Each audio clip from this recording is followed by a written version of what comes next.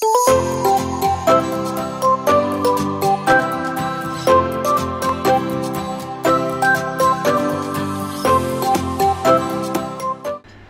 estamos aqui em mais um episódio do nosso podcast animal. Eu sou o André Vulcão, apresentador, sou médico veterinário. Hoje a gente conversa com o Dr.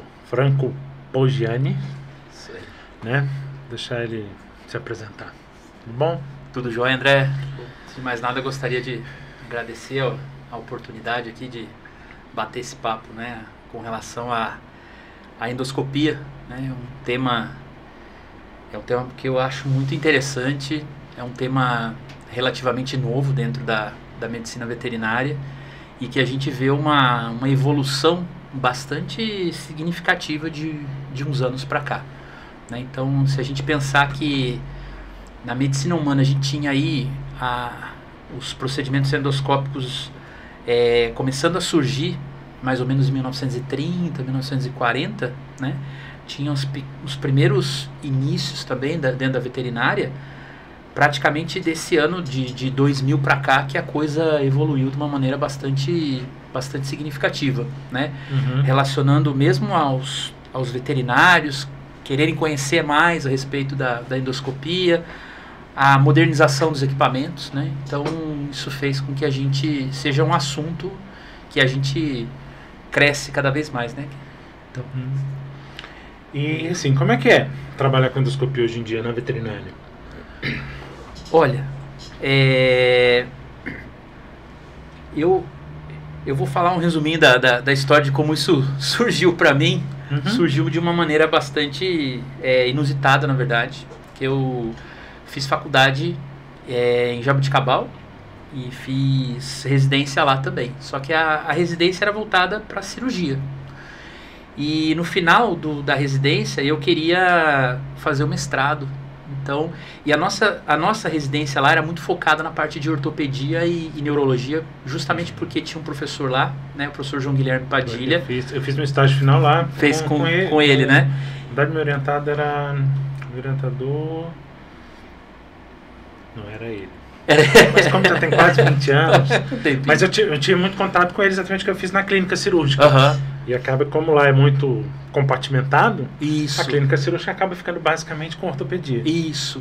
Então a gente, assim, atendia muito essa parte. Operava demais, ortopedia e coluna. E eu conversei com ele para que ele pudesse me orientar a respeito do mestrado, né? E na época ele já estava em vias de aposentar, pensando já em descansar.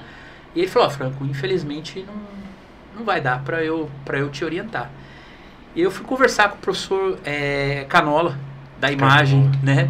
Sempre tive muita amizade com ele, justamente porque a gente levava os pacientes para, né, fazia o exame neurológico, levava lá na radiologia, e na época era só raio-x e mielografia, né? Jogava, olhava e batia, aqui a lesão, né? Então e só era raio-x e mielo, não existia tomo, não existia nada disso. E né? lá ainda tinha uma vantagem que tinha aquele aparelho com aquela telinha. O fluoroscópio, que ajudava também, né? Então a gente sempre conversava muito justamente com relação a essa questão dos exames dos pacientes, né?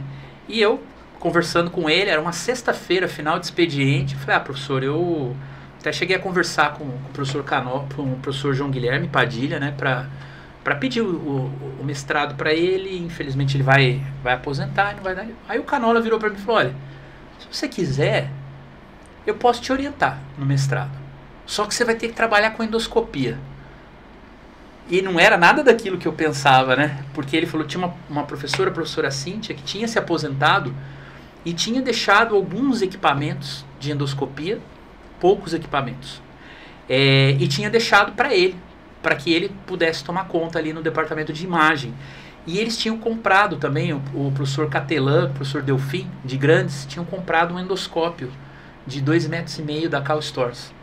E esses equipamentos também estavam chegando, então não tinha ninguém para manejar, né? Para mexer. Falei: olha, se você quiser, a gente bola alguma coisa e você começa a trabalhar com isso. Falei: bom, oportunidade, né? Na verdade, eu queria mais fazer mestrado do que propriamente seguir para essa... Porque a gente tinha aquela ideia ainda de ser professor, de trabalhar né?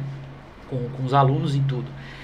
Enfim, aí eu comecei a mexer com essa parte, comecei a tentar entender um pouco desse mundo da endoscopia, que até então era uma novidade para mim, né? Comecei a ir em alguns congressos, até teve um congresso que eu sempre falava para os meus alunos quando dava aula, que eu fui assistir uma palestra do professor André Lacerda, uma das aulas daquele professor lá do Rio de Janeiro, né? E ele foi falar sobre videocirurgia. Só que eu olhei e eu achava que eram vídeos de cirurgia. Na verdade não era, videocirurgia, um procedimento videoendoscópico, né? Então aí eu fui conectando essas ideias, fui tentando aprender um pouquinho mais. Hoje a gente vê que existem vários cursos, né, de especialização com endoscopia. Naquela época não tinha absolutamente nada. Lá em Jabuticabal também, pelo menos tinha o período que eu passei lá, a gente via assim, que até os próprios alunos mestrados, tudo lá, eles estimulam muito você praticar aquilo. Exato. Isso também dá um crescimento... Dá um crescimento, né? bastante bom. E foi o que aconteceu, porque eu comecei fazendo endoscopia com grandes animais. Comecei a fazer endoscopia da parte respiratória nos cavalos que estavam sendo atendidos no hospital veterinário e frequentemente usava esse mesmo endoscópio para treinar nos cães e gatos, né? Apesar de ser um endoscópio totalmente diferente, porque ele tinha mais ou menos 13 milímetros de diâmetro, mais ou menos a grossura do nosso dedo. Então, até tinha que ser mais porte maior. Num cão maior dava para fazer. Agora, num gatinho, um cão menor, já ia ficar um pouco mais complicado. Mas isso foi bastante interessante para mim, né? Porque justamente eu comecei a estudar a parte teórica de endoscopia e também ter a oportunidade de fazer esse treinamento tanto com grandes quanto com pequenos. E comecei a fazer um estágio também no hospital, Hospital das Clínicas de Ribeirão Preto, mas na parte humana. Mas aí lá eu não fazia nada, simplesmente eu ia assistir os procedimentos que os médicos realizavam na época. Não podia fazer nada, podia tocar. Mas só da gente ver, então, via como ele manipulava o equipamento, via como ele fazia o processo de desinfecção do equipamento, quais pinças que ele utilizava. Então isso foi angariando, né, informações e crescendo. E isso foi até 2011, né? 2012 eu vim para Brasília para dar aula, dei aula aqui na Unidesc, mas aí aula de técnica cirúrgica e clínica cirúrgica e paralelamente... Eu dei aula lá também. Você deu aula lá também? Dei aula também. Pois é, foi uma grande instituição, assim, eu tenho saudade de lá, dei aula lá, dei aula na FACEPLAC, que hoje é a Uniceplac, né, e dei aula na UPS também, foram os três locais, né, e aí eu tive a oportunidade de falar um pouco também para os alunos sobre essa parte de endoscopia. Paralelamente às aulas, comecei a trabalhar com endoscopia aqui em Brasília. E na época poucas eram as clínicas, né, que entendiam da endoscopia e que solicitavam um exame de endoscopia, né? Uhum. Então eu lembro, por exemplo, que no início era mais corpo estranho esofágico, porque aí não tinha como abrir, né? Então era preferível fazer a endoscopia para tentar tirar o corpo estranho de lá, né? Uhum.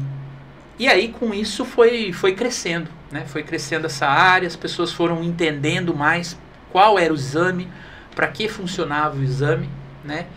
E aí eu acabei em 2017 deixando de lado um pouquinho a questão acadêmica e focando mais na questão da empresa, né?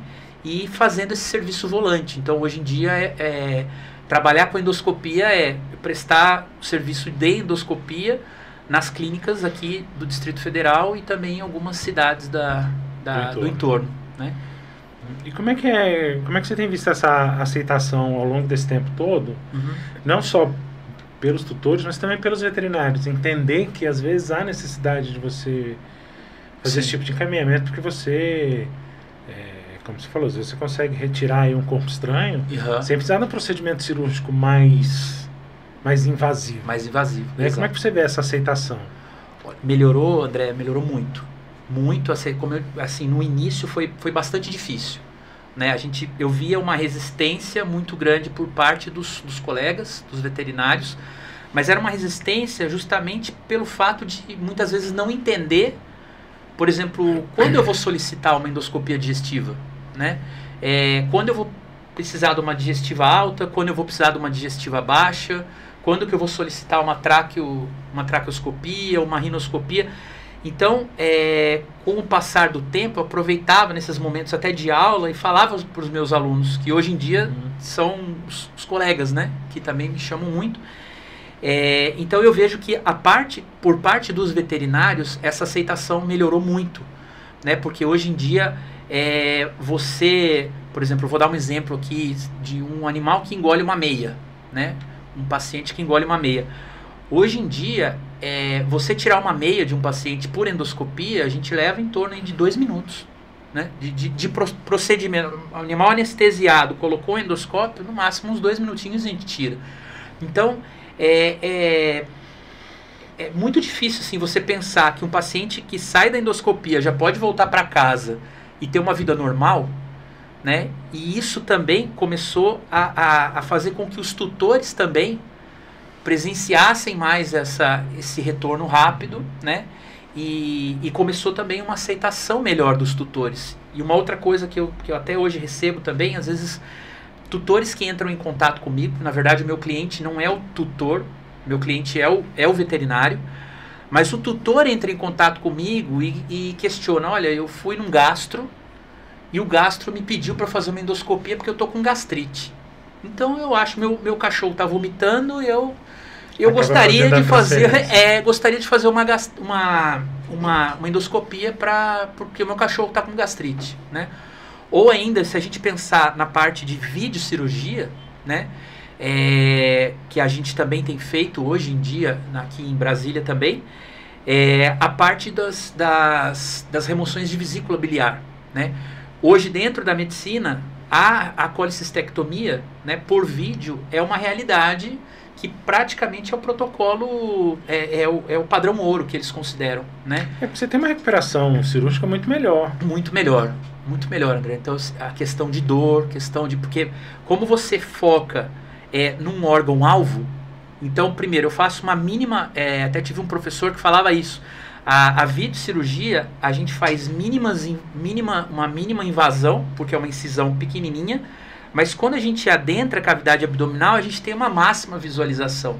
Então, eu tenho um órgão-alvo, eu direciono o meu foco para o órgão-alvo, então eu consigo manipular de uma forma mais delicada, com menos manipulação tecidual. Então, se eu tenho menos manipulação tecidual, eu vou ter menos processo inflamatório e, consequentemente, menos processo doloroso.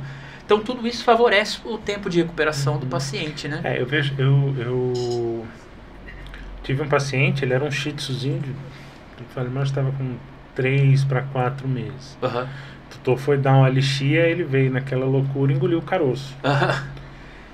Aí foi que, na época, eu até cheguei a encaminhar para endoscopia, eu falei, cara, um filhote de 3, 4 meses, se eu tiver que fazer procedimento, ele vai ficar alguns dias sem comer, e todo aquele protocolo padrão pós uma gastrotomia é muito mais prejudicial para o filhote do que se eu conseguir retirar isso por uma endoscopia. Com certeza. Porque tem uma recuperação muito mais rápida.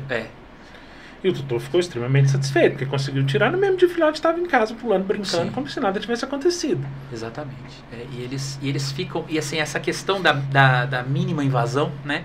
Isso tem, de uma certa forma, tem alegrado muito os colegas. Hoje eu vejo que, como eu falei no início, a gente antigamente tinha endoscopia, corpo estranho, endoscopia, corpo estranho. Hoje não. Hoje endoscopia...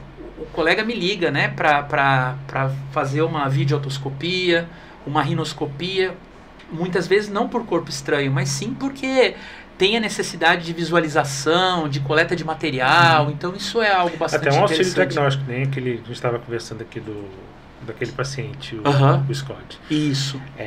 Era muito inconclusivo. Sim.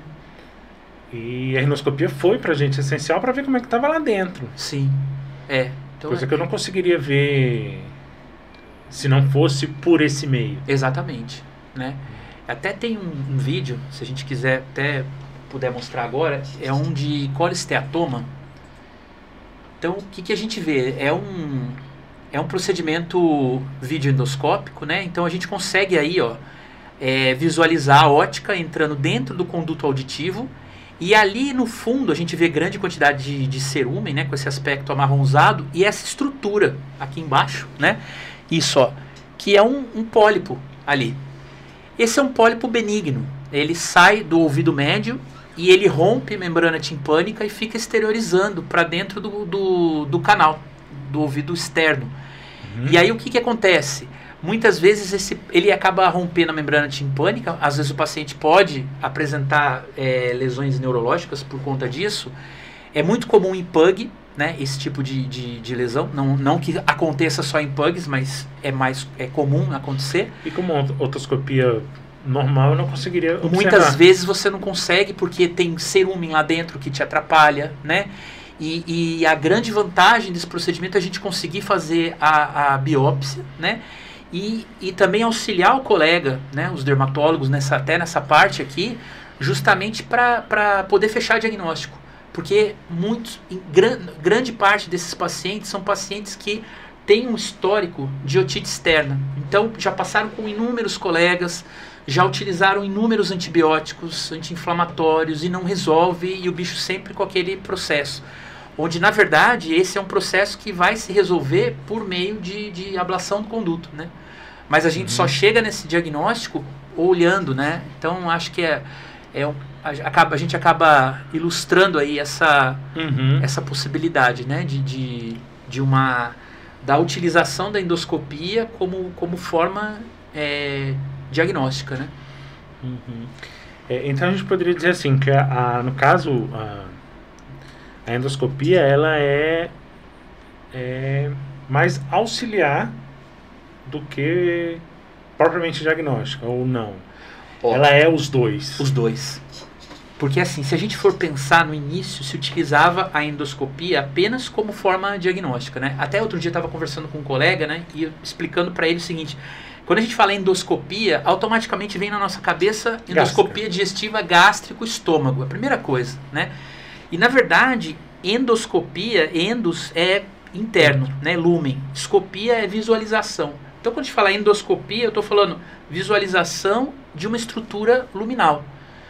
Então, na verdade, fala endoscopia digestiva, endoscopia respiratória, endoscopia otológica, né? Até para a gente... É claro que é uma questão de nomenclatura, mas é importante a gente ter essa ideia.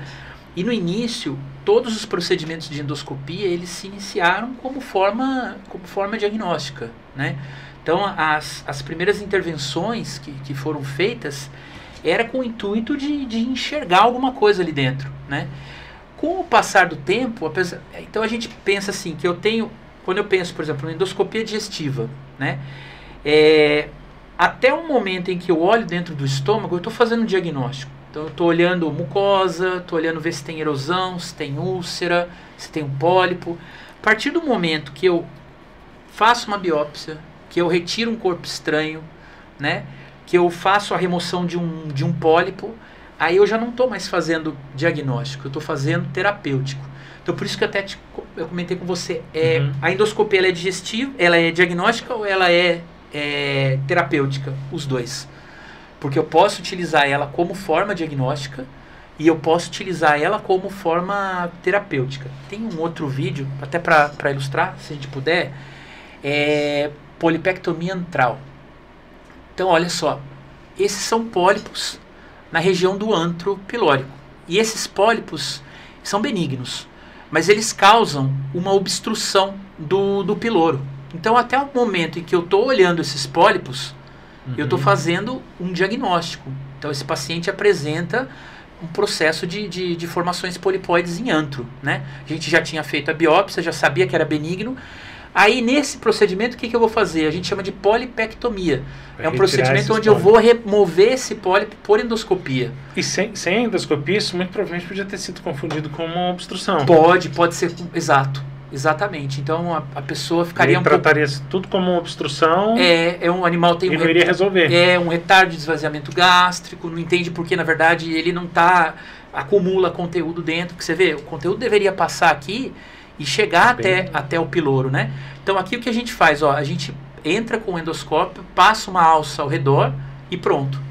Né? Por meio de um procedimento de... Nossa, mas estava bem de eletrocautério, estava bem incluído. Ó. A gente consegue então aí remover esse pólipo e tudo isso de maneira minimamente invasiva. Não estou fazendo uma incisão nesse paciente, né?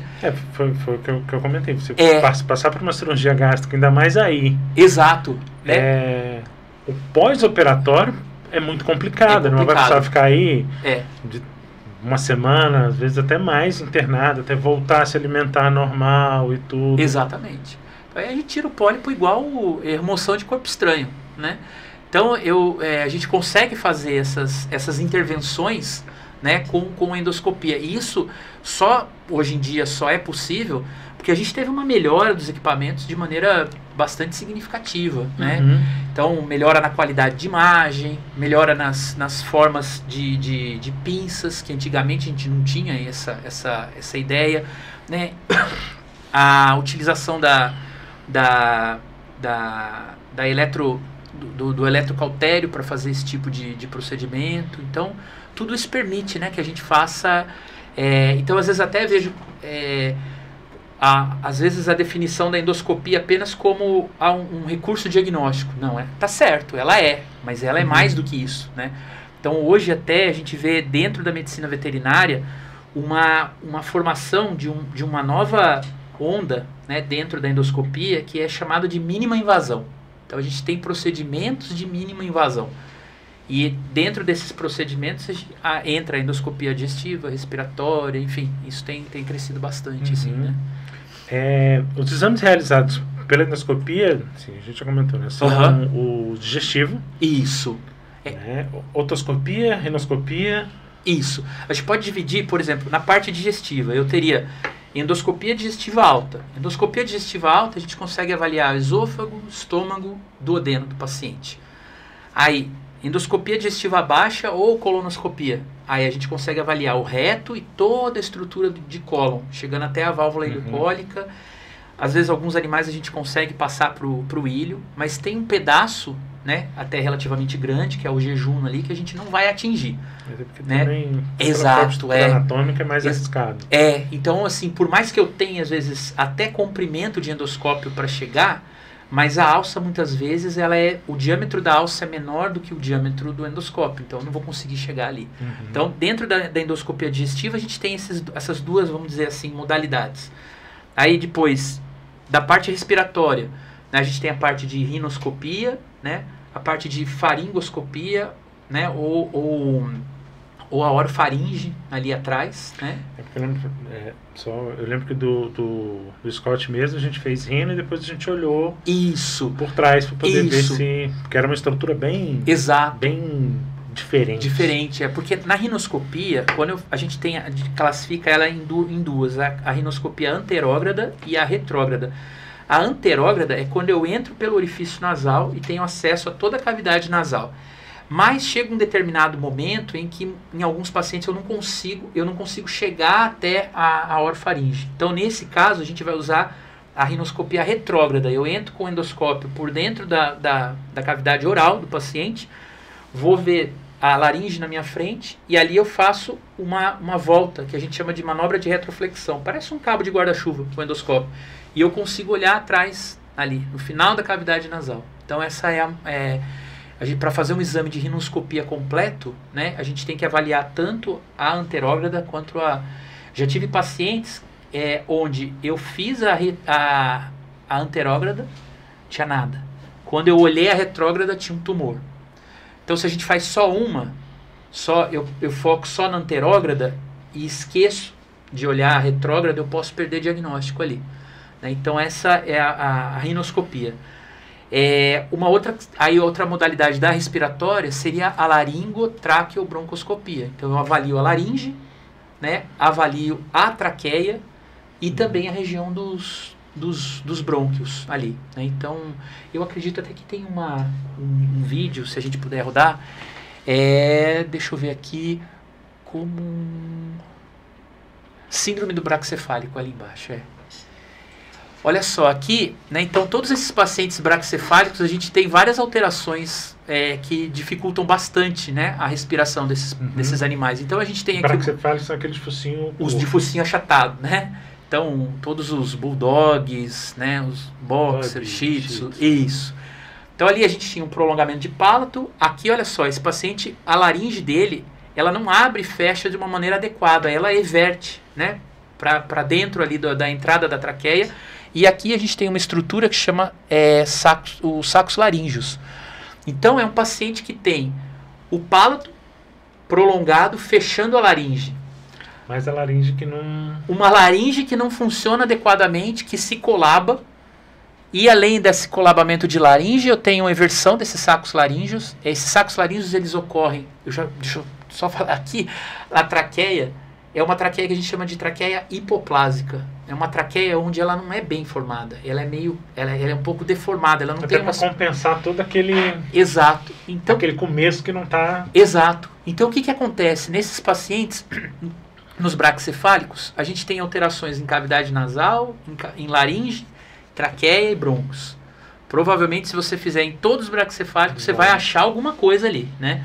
Então, nesse caso, ele tinha um prolongamento de palato, ele tinha uma laringe que não funciona adequadamente, ele tem a eversão dos sacos laríngeos e ele tem a traqueia hipoplásica.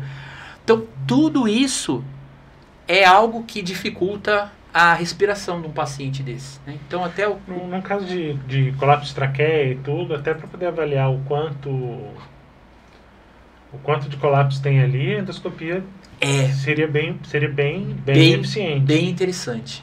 Porque no raio-x a gente consegue determinar ali tem. Sim. Mas o quanto tem. Exato. E às vezes também, André, a gente vê, por exemplo, eu vejo às vezes no raio-x uma traqueia colabada, né? Mas eu estou vendo muitas vezes essa traqueia colabada na região cervical. Na região torácica, é difícil da gente avaliar o quanto essa traqueia está colabada na região torácica. E também ali na entrada dos brônquios, né? Na bifurcação. Então, a endoscopia respiratória, nesse caso a traqueobroncoscopia, eu consigo avaliar o quanto essa traqueia colaba. Então, se eu tenho um colabamento leve, que seria, por exemplo, grau 1 até 25% de colabamento, que é imagine um cilindro, achata um pouquinho só. E até traqueias que colabam quase que 100%. Então, um animal que tem uma traqueia que deveria, né, tá numa formação cilíndrica por conta dos anéis traqueais, ela está completamente colabada. Então, um animal que praticamente não respira, é um animal que vai apresentar quadros de síncope várias vezes ao dia, né? Então a gente pode até utilizar os stents como forma de abertura dessa traqueia. E aí a endoscopia entra nisso, para a gente avaliar. O raio-x está dizendo que é cervical. É só cervical ou tem torácico? Qual o grau de colabamento? E também... Com a endoscopia eu consigo ter uma visão mais ampla. Mais ampla. E uma das coisas importantes também é a gente conversar até aí junto com o próprio anestesista, para que quando a gente faça uma traqueoscopia num paciente que tem suspeita de colabamento de traqueia, a gente mantenha esse paciente num nível de anestesia superficial. Talvez um quadro nem de anestesia, mais de sedação. Exato. É porque você precisa avaliar justamente como é que está o funcionamento. Exato. Então, por exemplo, se eu aprofundar muito esse paciente, a laringe para. Então, se é um paciente que tem suspeita de paralisia de laringe, eu vou olhar na endoscopia, a laringe está parada, mas ela está parada porque... Por conta da anestesia. Exato. Então, a gente tem que deixar quase que ele acordando, né? Então, encosto o endoscópio, vejo essa laringe, se ela está funcionando ou não. Dentro da traqueia. O paciente também pode ter o que a gente chama de colabamento dinâmico. Então, às vezes eu olho, se ele está bem profundo, a traqueia está normal. Só que conforme ele vai superficializando, ele vai mimetizando um esforço inspiratório, que é o que acontece durante o dia a dia dele. E nesse momento a traqueia, você vê ela fechando. Então a gente chama de colabamento dinâmico, né? Então é considerado assim para avaliação de traqueia, para a gente classificar tanto traqueia quanto os brônquios lá embaixo também, né? Quanto um padrão ouro assim para a gente avaliar a parte respiratória. Né? Então teria essa parte. Outra parte também que a gente pode avaliar são os condutos auditivos, né? Então a gente tem essa vídeo que eu coloquei do colesteatoma, tem até um outro procedimento, tem um outro vídeo, que é a miringotomia. Esse é um procedimento, olha, onde a gente entra com o endoscópio dentro do conduto auditivo e lá no fundo a gente consegue enxergar a membrana timpânica. Essa membrana timpânica, ela deveria se apresentar num aspecto mais translúcido. E a gente percebe que tem alguma coisa atrás dela. Né? O aspecto deveria ser como se fosse uma lente de contato ali naquela região. Né? Então a gente percebe que tem ali uma vascularização, tem um aspecto opaco que eu não consigo ver do outro lado.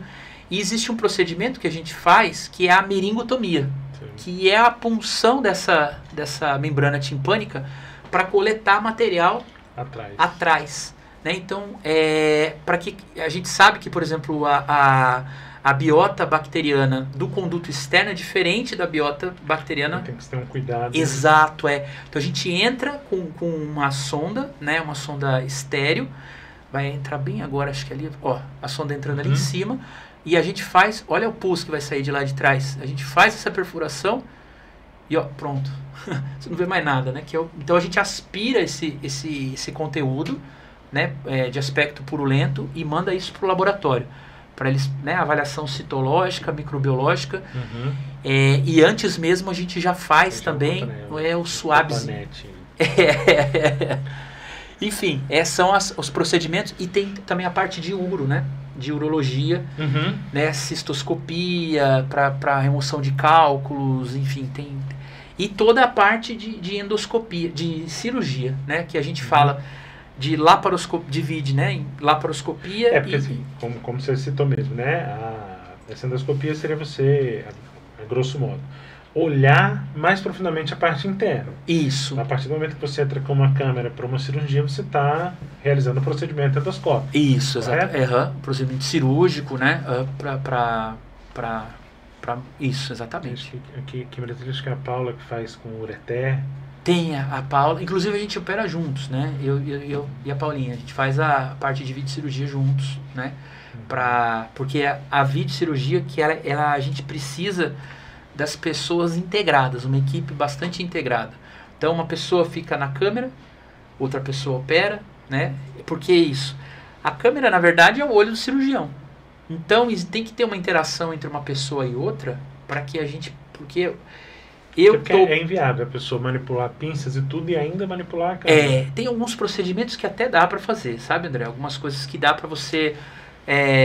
tendo uma certa habilidade, um treinamento, fazer a câmera e ao mesmo tempo utilizar a outra mão para fazer, por exemplo, uma biópsia. Isso daria para fazer. Agora, no caso da Paula, essas cirurgias de ureter são extremamente mas aí delicadas, né? São. Mas essas de ureter ainda não faz a gente não faz a videocirurgia nelas, né? Ela faz pelo microscópio, tudo, né? Mas são extremamente delicadas, né? Uma ação ali né? Quase que num filamento, né? Então, a questão da artroscopia também. Outra possibilidade também, que você tem a possibilidade de entrar dentro da articulação, né? E manipular, então, por exemplo, um flap que se solta ali dentro da articulação, que você pode fazer a remoção, né? Um aspecto de um paciente que tem uma artrose, então você pode coletar material. Então, todas essas seriam umas possibilidades Todas essas que a gente está colocando são todas modalidades endoscópicas, né? Então, quando a gente fala de endoscopia, mínima invasão, seria basicamente isso. E os equipamentos têm avançado bastante, né? Tem, André. A gente vê assim, eu lembro, no hospital onde eu trabalhei, a gente tinha um endoscópio vai no olho no aqui, ocular, no olho aqui, o soro pendurado aqui. Então, E hoje em dia a gente já tem equipamentos bem mais modernos, né? A gente inclusive o início da veterinária era isso mesmo, né? A gente começava principalmente a utilizar equipamentos humanos, né? Que eram obsoletos dentro da medicina humana, passava para a veterinária e a gente acabava usando. Então tinha, por exemplo, os fibroscópios, né? Então o fibroscópio, que é esse, inclusive, o que é a monocular, né? Que você olha, quase que egoísta, você vê sozinho ali, né? Ninguém mais vê. Então você tem as fibras ópticas dentro dele. Essas fibras ópticas, elas são responsáveis pela condução da luz e também para que você possa ver. Então esses são os fibroscópios. Se você for ver o preço de mercado, esses fibroscópios hoje em dia eles estão comparativamente entre o fibroscópio e o videoendoscópio, o fibro é muito mais barato, né? Mas a própria adaptação para você poder usar ele acaba encarecendo muito mais do que você investir num outro. Um dos problemas qual é? Quando você tem um fibroscópio, essas fibras óticas, com o passar do tempo, elas vão queimando. Esse mesmo que eu usava lá tinha um monte de pontinho. Um monte de pontinho. Sem funcionar. Então, o que acontece? A própria imagem fica falhada. Exato. Então, quando você vai ver a imagem, você vai ver um pontinho aqui, outro pontinho ali, um pontinho ali. Todos esses pontinhos são fibras queimadas. Se você, por exemplo, tiver o azar dessas fibras começarem a queimar num determinado ponto da tua imagem, você vai perder esse padrão de imagem do lado de cá. E conforme vai passando o tempo, a tendência é que elas se queimem mesmo, né? O problema é, muitas vezes a troca da fibra ótica é bastante cara, né? Então, é um equipamento e a qualidade de imagem também não é uma qualidade boa. Até dá para adaptar, por exemplo, uma câmera de vídeo num fibroscópio, aí você tem uma imagem de um fibro gerada para um monitor. Mas você ainda vai ter a mesma qualidade de imagem. Mas a imagem não vai ser boa, exato. Agora, porque na verdade você só está reproduzindo aquela imagem. Perfeito. Exatamente. Você está reproduzindo a imagem que você está vendo ali. Agora, hoje em dia, aí tiveram os videoendoscópios. Qual é a vantagem? Ainda tem as fibras óticas dentro deles, mas essas fibras elas são apenas para transmissão de luz, né? O que gera a imagem é uma câmera. Uma câmera que fica na ponta do endoscópio, né? Uma microcâmera ali. Então essa microcâmera gera a imagem para uma processadora, essa processadora joga para um monitor.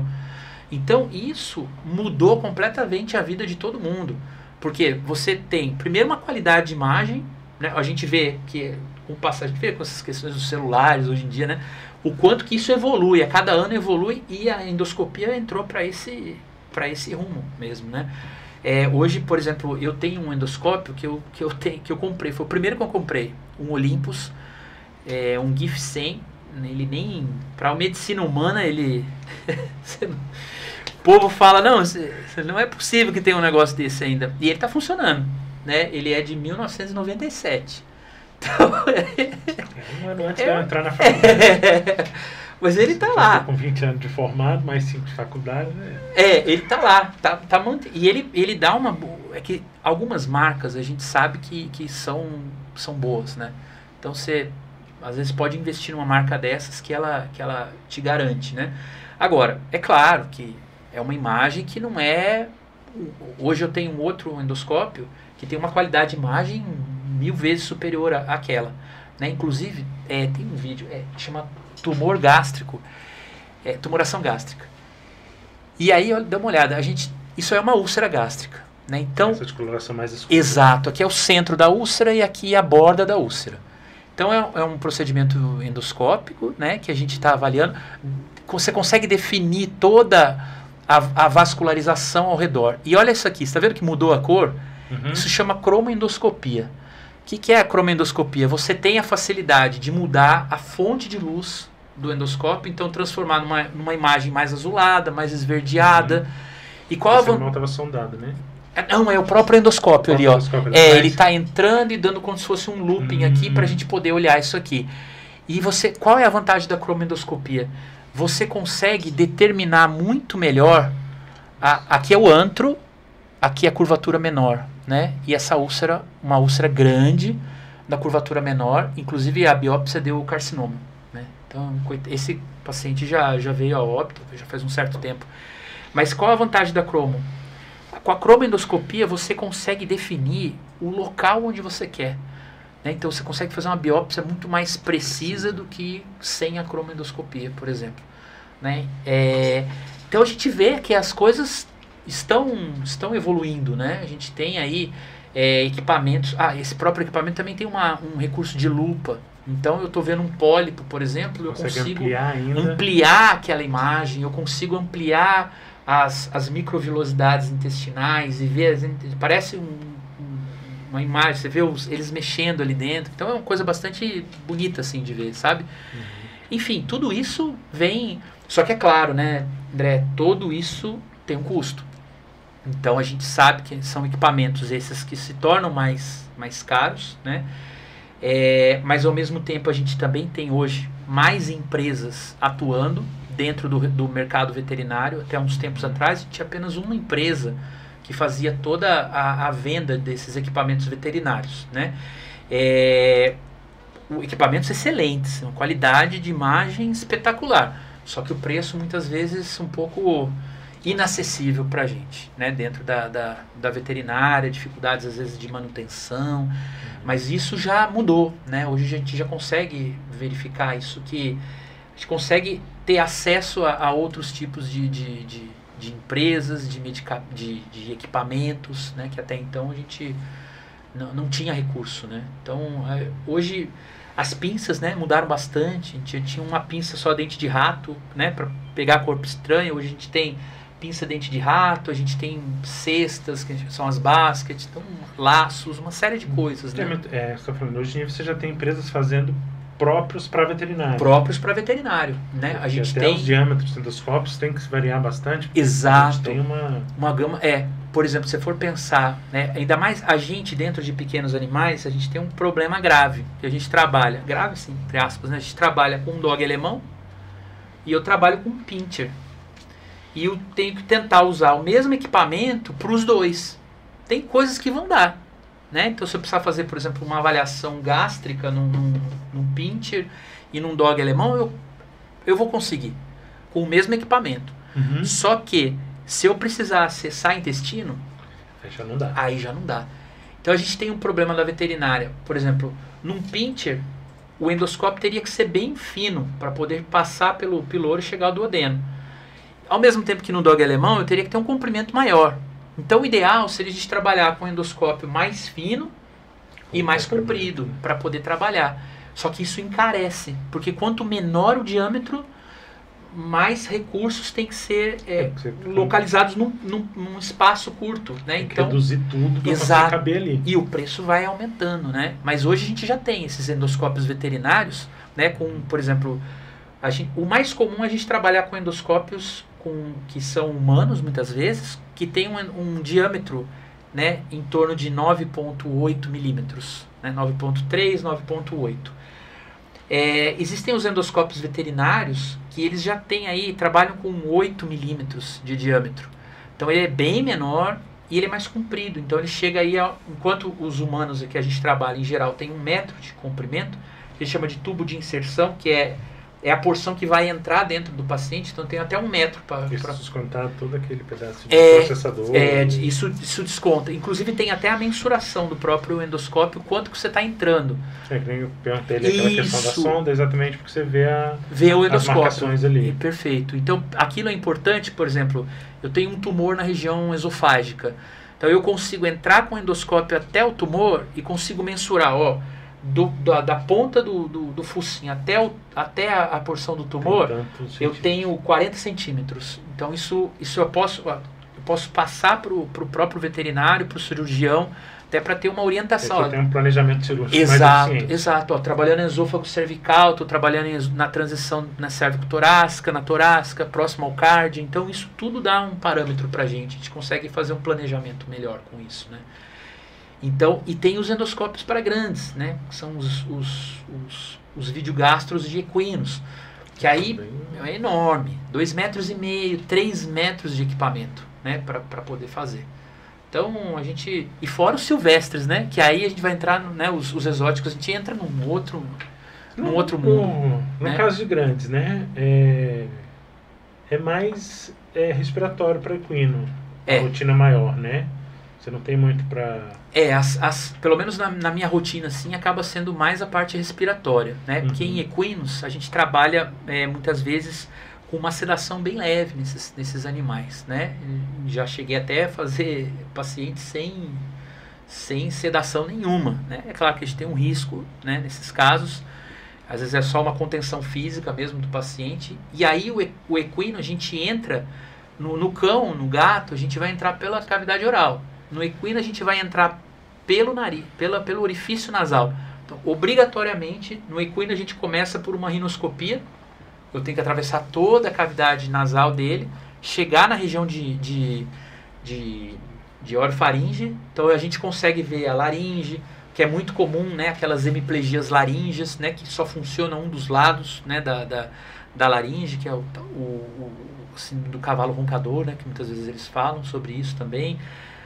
A bolsa gutural, que às vezes tem secreções ali, né? Ali dentro. Então acaba sendo mais, ou mesmo a doença pulmonar obstrutiva crônica, o sangramento pulmonar. Então você vê o sangramento saindo de dentro do pulmão.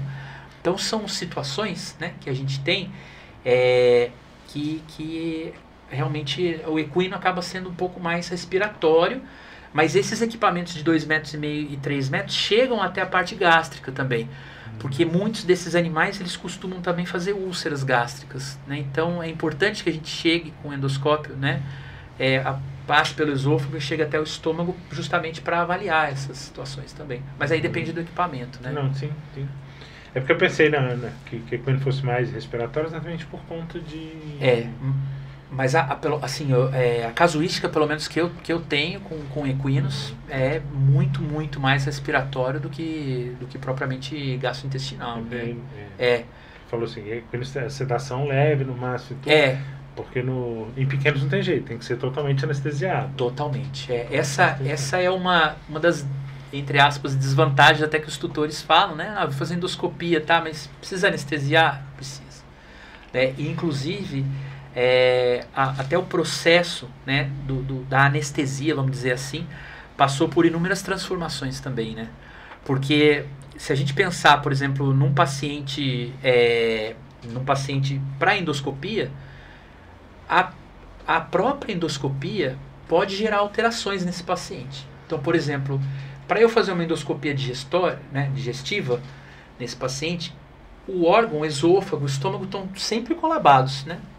Então o que eu tenho que fazer? Eu tenho que jogar o gás. A hora que eu jogo o gás ali, ele dilata, ele abre, aí eu consigo avançar com o equipamento e poder fazer toda essa visualização. Só que quando eu jogo o gás, principalmente na região gástrica, esse estômago ele vai se dilatar ali naquela região. E essa dilatação muitas vezes mimetiza uma dilatação gástrica que esse paciente pode apresentar. Você tem toda aquela alteração clínica sugestiva, e que aí o anestesista tem que estar bem... Tem que estar ciente disso, né? Então, eu sempre, por exemplo, bem atento a essas alterações. Com certeza. Então, por exemplo, eu vou ter compressão de cava, eu vou ter uma dificuldade de movimentação diafragmática desse paciente. Então, isso vai trazer alterações para esse paciente, né? E aí, o anestesista tem que estar ciente disso. Então, sempre, por exemplo, que eu trabalho com um colega anestesista que nunca tenha feito endoscopia, eu sempre converso com eles a respeito disso, né? Olha, nós vamos ter esse, eu posso gerar esses problemas para vocês. E nesse caso, o que a gente faz? Tem que haver a comunicação, é fundamental. Muito, porque às vezes a gente está fazendo endoscopia, a gente esquece, entre aspas, né? O dedo no botão ali, no gás, e o bicho vai dilatando. E aí começam a ter as alterações anestésicas. A anestesia, reduz um pouquinho. E é impressionante, porque você reduzindo, você consegue aspirar, né? Você aspira esse gás, ele diminui um pouco o volume, esse paciente volta a estabilizar de novo. Então, isso eu estava operando, a gente conversando com o anestesista, exatamente isso. Que às vezes você trabalhar com uma equipe mais constante te facilita muito. Muito, André. Nessas horas, porque aquele que está anestesiando para você, pelo fato de já ter anestesiado outras vezes, sabe que aquilo ali não está fugindo do padrão. Exato. Então isso ajuda bastante. Um fator que eu acho, por exemplo, que é inclusive os anestesistas, pelo menos com os quais que eu trabalho, eu vejo que é um exame mais rápido, mas ao mesmo tempo é mais tenso, que é toda a parte respiratória. Quando vão fazer laringe, traqueia, muitas vezes eu vou ter que chegar até o bronco, vou ter que fazer um lavado broncoalveolar, que é a gente jogar um líquido ali dentro, aspirar, nunca vai voltar todo aquele líquido. Então, se eu colocar, às vezes 10 ml, eu vou voltar 1 ml, 2 ml só, o restante vai ficar lá. Então, em geral, são pacientes respiratórios que estão com dificuldade respiratória, onde eu vou entrar com endoscópio. Então, o paciente não vai poder estar com traqueotubo, não vai estar entubado. Então, ele é uma anestesia que os protocolos vão ser, né, por via endovenosa. Então, geralmente a gente oxigena bastante o paciente, né, tenta alcançar um nível de saturação adequado ali antes do procedimento, Tá estável, entra com o endoscópio. E aí, nessa hora que a gente tem que... Nós, endoscopistas, a gente tem que parar e, primeiramente, você tem que entrar com a sua cabeça, com o seu foco ali. Tem que ser rápido, porque vai ser um procedimento que eu vou ficar ali, às vezes, 20 segundos ali dentro. Porque, às vezes, você vê, você entra com o endoscópio, você de olho no oxímetro, e você vê a oximetria caindo, parece um avião em queda. Ou seja, se na verdade, no caso desse, ele não está entubado, mas ele acaba ficando obstruído. Exatamente, ele fica obstruído. Tem até algumas formas da gente tentar minimizar isso. Então, colocar uma sonda lateral, colocar um oxigênio por dentro do endoscópio. Você pode tentar fazer isso. Só que você tem que estar de olho no teu exame, de olho no anestesista, e a partir do momento que ele falar sai, tira, cara. Por quê? Porque se eu... Não, mais um minutinho você pode matar o paciente. Entendeu? Então, é um exame rápido, mas é um exame extremamente tenso, porque a gente trabalha ali com limiares. Não, é claro, é um exame seguro para fazer, mas existem esses poréns, né? Então, a gente tem que estar... Hoje em dia, a gente tem toda uma monitoração durante os procedimentos anestésicos que a gente não tinha... Exato, 10, 15 anos atrás. Hoje assim, eu trabalho com endoscopia. Mas e a anestesia? A anestesia é um profissional da anestesia que vai trabalhar ali, o protocolo é ele que vai decidir, enfim, somos dois trabalhando em conjunto para o mesmo paciente, né? Não dá para... Eu faço endoscopia, faço anestesia, isso hoje acaba sendo um problema bastante grave, né? Pra gente perder um paciente, né? Assim, hábito meu, assim, sempre que eu opero alguma coisa, geralmente eu peço pro anestesista ver qual o melhor protocolo analgésico para aquele paciente. Sim. Porque, na minha opinião, ele vai ter muito mais conhecimento do que pode acarretar pós-anestésico. Com que certeza. Dá pra você, que dá aí, baseado no que ele usou, no que ele não usou. Com certeza. Então, isso tudo, esse trabalho em equipe é sempre eficiente. Sempre eficiente, André. E a comunicação também com os tutores, né? Por exemplo, em procedimentos digestivos eu não me preocupo tanto. Mas tanto assim, eu acho que o pós desses pacientes é mais tranquilo. Né? Agora, o pós de um paciente respiratório, às vezes ele não é tão tranquilo, porque esse paciente já está com um problema. Então, não é incomum, por exemplo, esse paciente ficar um tempo a mais na clínica ou passar aquela noite na clínica para a gente poder monitorar. Né? Até porque a gente não tem... Na medicina humana, você ainda tem, por exemplo, você faz uma endoscopia digestiva preventiva. Na veterinária, a gente ainda não tem essa mentalidade. Né? Sim. Desses exames mais preventivos. A gente acaba só intervindo quando tem alguma coisa. Exato. E aí já complica também. Então a gente tem todos esses poréns, né? Eu já tive pacientes que fizeram uma traqueoscopia e que no mesmo momento voltaram para casa, e tiveram outros que descompensaram e que precisaram ficar internados. Então isso tem que ser falado pro proprietário, né? Porque às vezes o tutor vai... É só um exame. Não, pera um pouco. É só um exame, mas fundamental. A gente tem risco-benefício. Precisa fazer? Precisa. Tem riscos? Tem riscos, né? E olha, pode ser que na recuperação ele apresente um pouco mais de... Outra questão da rinoscopia, né? Também é parte do respiratório. O paciente às vezes chega espirrando, né? Eu entro para fazer endoscopia, muitas vezes sangra, porque o endoscópio machuca ali dentro. Eu vou fazer uma biópsia, sangra um pouco mais, vai ter um sangramento. Então, olha, senhor tutor ou senhora tutora, né? Olha, se ele espirrar, tipo, saírem alguns coágulos de sangue, normal. É normal ter um sangramento profuso, mas alguma coisinha ou outra pode acontecer. Essa orientação do pré e do pós-exame, ela é essencial. Ela é essencial, André. Ela é essencial. Que o tutor responsável fique mais tranquilo também, né? Sim. Explicar todo o risco anestésico, toda essa questão de poder colocar algum coágulo, poder ter alguma coisa, isso deixa o tutor mais tranquilo. Deixa. Quer ver um outro exemplo da importância da gente falar com o tutor? Algumas vezes eu consigo, outras vezes não, né? Inclusive tem colegas que eu já estou acostumado a trabalhar, que eles já passaram todas essas informações. Então eu entro tranquilo para fazer, porque eu sei que de tudo já foi conversado, né? Alguns outros não. E aí eu converso com o tutor sem problema.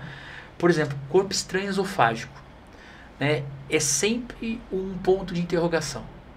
Por quê?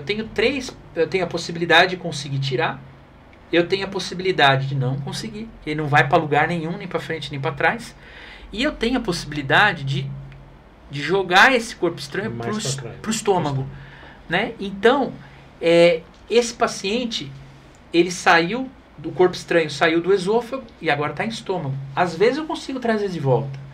Já tive situações que eu não consegui trazer, por quê? Porque às vezes o corpo estranho tem ponta, ele não tem uma mobilidade adequada para passar pelo cardia.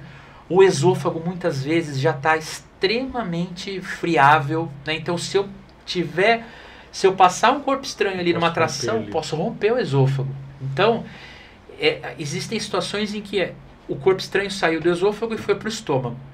Você tem que conversar isso com o tutor, porque para o tutor o que ele entende? Muitas vezes, fez a endoscopia, não adiantou nada, porque agora ele vai ter que fazer cirurgia. Nesse caso desse títulozinho que eu comentei do caroço de lixia, eu fui bem claro com ele, falei, é uma tentativa. Pode-se conseguir tirar ou não. Ou não, exato. Pensar num filhotinho de 3, 4 meses, um caroço de lixia é pequeno. É pequeno pra gente. Sim. Mas um cachorrinho de 2 quilos... É muito. É muita coisa, né? Pode ser que não consiga, ele terá que passar por procedimento cirúrgico. Nesse caso mesmo do esofágico, ele realmente vai ter que passar por um procedimento. Só que o que tem que ficar claro para o tutor? A cirurgia mudou. Antes eu ia fazer uma esofagotomia torácica. Abrir tórax, abrir esôfago. É mais complexo, né? Agora eu não vou fazer mais isso, eu vou fazer uma gastrotomia. Então é um procedimento cirúrgico mais simples, menos arriscado, né? Mas muitas vezes a recuperação daquele paciente vai ser muito melhor do que se eu tiver que abrir um tórax. Não que não precisa abrir, abre, né? Lógico. Mas a recuperação vai ser melhor, né? Então, é isso, essas conversas, isso eu acho que é fundamental, André. A gente sempre deixar tudo claro, né? O que vai, quais são as nossas possibilidades. Quanto mais transparente você for em todo o procedimento, mais segurança para você e mais esclarecimento pro tutor. Pro tutor, exato. Né? Para todo mundo, até para os próprios colegas também, né? Por exemplo, da limitação da técnica, o que eu vou conseguir, o que eu não vou conseguir com endoscopia, né? Ou pelo menos o que eu almejo fazendo a endoscopia daquele paciente. Né? E se eu não tirar, por exemplo, um corpo estranho, explicar isso, porque tem corpos estranhos que a gente sabe que a probabilidade de tirar é muito maior. Uma meia, um tecido, a chance é muito alta, independente do tamanho. O que importa muitas vezes é a capacidade de mobilidade desse corpo estranho se deformar para poder passar pelo piloro, né? Então, por exemplo, alguns caroço de manga, que a gente tem aqui a época de chuva. Eu até brinco que eu tenho que trocar as pinças antes da época de chuva, porque vai ter caroço de manga, né? Anzol, objetos pérfuro-cortantes, osso, são corpos estranhos que a gente... claro que dá para tirar, né? Mas a gente tem que ter um certo jogo ali, né? A dificuldade é um pouco maior para tirar, né? Mas assim, de uma maneira geral, né, corpo estranho, ele é bem a nossa taxa de sucesso, graças a Deus, é alta, né, com a remoção de corpo estranho, né? Claro que, mas tudo isso tem que ser conversado, né? Tudo isso tem que... E como é que você vê o futuro da endoscopia mais para frente? A tendência é a gente ter equipamentos cada vez mais... Eu acredito que a tendência é a gente melhorar cada vez mais, André. A gente pensa hoje, por exemplo, algumas coisas que pra gente hoje fala, nossa, isso é irreal, né? Por exemplo, cirurgia robótica, né? Pra gente, hoje em dia, falar na veterinária cirurgia robótica é um negócio meio irreal. Mas se a gente pegar, por exemplo, o momento que a gente vive hoje da endoscopia, e a gente jogar, por exemplo, vou jogar aí 10 anos atrás, que é o tempo de formação que eu tenho, 15 anos, na verdade, né? 10 não, 15. Eu tive aula de raio-x e mais ou menos de ultrassom. Hoje qual é a nossa realidade? Tomo, ressonância, os padrões radiográficos, as imagens cada vez melhores, né? O pessoal do ultrassom fazendo coisas maravilhosas. Então, assim, e a endoscopia também, né? Você pensar que a gente estava falando de um fibroscópio, né? Que começou na veterinária, na medicina humana em 30, na veterinária começou em 70, 80. Hoje nós estamos aí, a 2022, falando de cromoendoscopia, cirurgia laser, né? Que tem essas possibilidades, esse é o futuro, né? Então, por exemplo, você entrar dentro de um procedimento, de uma vesícula urinária e poder fazer a remoção daquele urólito sem a necessidade de abrir, né? Ou fazendo a remoção, muitas vezes utilizando o próprio laser para desfazer aquilo ali dentro, né? Então, isso é uma realidade, né? Uma cirurgia em cavidade nasal, onde eu posso entrar com um laser, né? Principalmente nos braquicefálicos, fazer a ablação ali de todos os turbinados ali, os etimoidais, os maxilares, para que esse animal respire melhor. A utilização dos stents traqueais, né? Na medicina humana a gente tem os stents lá na vesícula biliar, né? Colocação, então você entra com chama duodenoscópio, você entra e a visão do endoscópio ela é frontal. Esse equipamento é uma visão lateral. Então eu entro como se você estivesse entrando, indo para frente e olhando de lado. Então qual é a vantagem disso? Você chega até o duodeno. É porque a câmera do endoscópio ela está bem na ponta. Isso, a câmera do endoscópio. No caso desse ela é mais lateralizada? Lateralizada, aqui? Isso é como se fosse aqui, meu dedo, a imagem do endoscópio, e a normal. E aqui o duodenoscópio. Aqui não vê nada, você vê só por aqui. Então você entra. Uma visão um pouco mais ampla bem lateral. Que você quer. Finalidade. Quando eu chego no duodeno, eu vou ver a papila duodenal, que é por onde vai sair a bile, na minha frente. Então muitas vezes eu posso desobstruir aquela papila duodenal, posso colocar um stent ali para abrir. Então isso tudo eu vejo como futuro dentro da medicina veterinária, né? Todos esses, o que a gente chama dos procedimentos minimamente invasivos, crescendo cada vez mais, as colicistectomias, as cirurgias de tórax, né? A toracoscopia, enfim, tudo isso, né? Eu estava falando da cirurgia robótica, né? Que a gente tem hoje a possibilidade na medicina humana de você entrar dentro de uma máquina. Você já viu isso aí? Já. É maluco, né? Isso é muito legal de ver. Parece na nossa época era um fliperama, né? Pegando uma uva, cara. Ele tira a pele certinho, depois sutura aquela pele. Cara, é algo absurdo. O cara entra dentro de uma máquina como se fosse um fliperama. Então, ele tem que ter, por exemplo, esse dispositivo, né? Ele tem que, por exemplo, vamos pensar que ele está operando aqui em Brasília. Então ele, médico, né? Está operando aqui. E o paciente está na África. E tem o instrumental ali. Então ele está operando aqui, no mesmo tempo, o paciente lá. Claro que tem que ter uma equipe lá, para que caso dê alguma coisa errada. Se alguma coisa tem como intervir. Sim. Então a gente pensa isso na medicina humana hoje. E na veterinária. Isso, um dia eu acredito que chegue pra gente também. Assim como se a gente pensar, vou dizer na própria endoscopia, né? Há anos, quando eu comecei, me pegar como exemplo, 2011, 2012, cara, quando eu comprei esse equipamento, eu fiquei no primeiro ano, eu fiz 3 endoscopias. E aí você olha pra trás e fala, e aí? Investi errado, né? Então, mas não, isso cresceu, né? A gente tem hoje, foi criado em final de 2019 o Colégio Brasileiro de Endoscopia e Cirurgia Veterinária. Então isso também vejo como uma possibilidade de se tornar uma especialidade no futuro, né? E isso tudo faz a gente crescer, né? Então esses cursos todos que tem de endoscopia, de videocirurgia, que hoje em dia é mais comum, hoje em dia é mais fácil. Você entrar na internet, você acha curso de endoscopia, de vídeo, né? Com muito mais facilidade do que a gente viu até alguns anos atrás, né? O avanço, como eu falei, eu vou para 20 anos formado. Então, o avanço nesses que eu tenho visto, pelo menos de uns 5, 6 anos para cá, foi muito acelerado. Foi. Muito acelerado. Foi e não só isso, a mentalidade também Tem mudado. Hoje a gente, até mesmo, e graças a Deus, né, a gente tem tantas especialidades, né, tantas os próprios tutores, os próprios colegas, né, indicando aí as especialidades para isso. Eu vejo como uma tendência, até mesmo dentro, por exemplo, como eu falei que a endoscopia a gente tem vários nichos, digestório, urológico, otológico. Eu acredito que assim como na medicina humana isso já acontece, então, por exemplo, eu tenho os urologistas.